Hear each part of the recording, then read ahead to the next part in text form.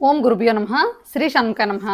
చాలామంది ఏమంటున్నారంటే, మాకు జీవితంలో సహకారం అనేది లభించట్లేదండి. మేము ఎంతోమందికి హెల్ప్ చేస్తాము. కానీ మాకెవ్వరు కూడా హెల్ప్ చేయట్లేదు. మాకు ఏ విషయంలోని సహకారం లభించట్లేదు. ఎందుకు అలాగా అని చెప్పేసి అడుగుతూ ఉంటారన్నమాట.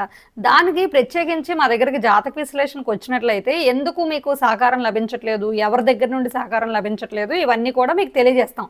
కానీ రెగ్యులర్గా వచ్చే క్వశ్చన్ ఇది కనుక, సాధారణంగా సహకారం అనేది మీ జన్మ జాతకంలో మూడో స్థానంలో, అంటే లగ్నం నుంచి మూడో స్థానం ఏదైతే ఉందో తృతీయ భావంలో అక్కడ చూస్తామాట.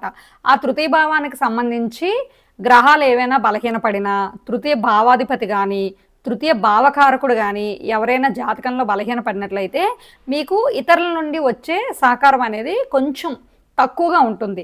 దానికి సంబంధించి మీకు అధికారుల వలన వచ్చిందా, లేదు అంటే మీ ఇంట్లో తల్లిదండ్రుల వలన వచ్చిందా, వీటన్నిటిని కూడా ప్రత్యేకించి అనాలిసిస్ చేసి వాటికి చెప్పడం అనేది జరుగుతుంది.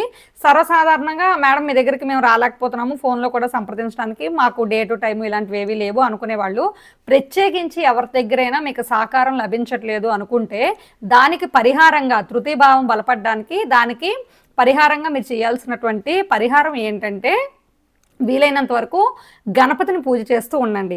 అదేవిధంగా లక్ష్మీ నరసింహస్వామికి కూడా పూజ చేస్తూ ఉండండి. వీలైతే వారానికి ఒకసారైనా నవగ్రహాలయంలోకి వెళ్ళి చక్కగా 3 ప్రదక్షిణలు చేసి నమస్కారం చేసుకోండి.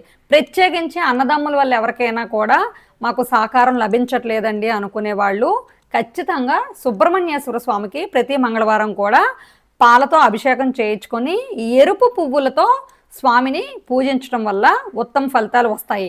అధికారులతో ఇబ్బందులు ఉన్నాయనుకోండి, అధికారుల దగ్గర నుండి సహకారం లభించట్లేదు అనుకునేటప్పుడు ఆదివారం నియమాలు పాటించడము, సూర్యనారాయణమూర్తికి ఎరుపు పుష్పాలతో పూజ చేస్తూ ఆదిత్య హృదయం పట్టించడము, ఇలా ఒక్కొక్క భావానికి ఒక్కొక్క గ్రహం కారకత్వం వహిస్తుంది కనుక మీరు ప్రత్యేకించి జాతక విశ్లేషణ చేయించుకుంటే అది ఎందుకు ఎవరి వల్ల సహకారం లభించట్లేదు దానికి సంబంధించిన రెమెడీస్ అన్ని కూడా ఇవ్వడం జరుగుతుంది.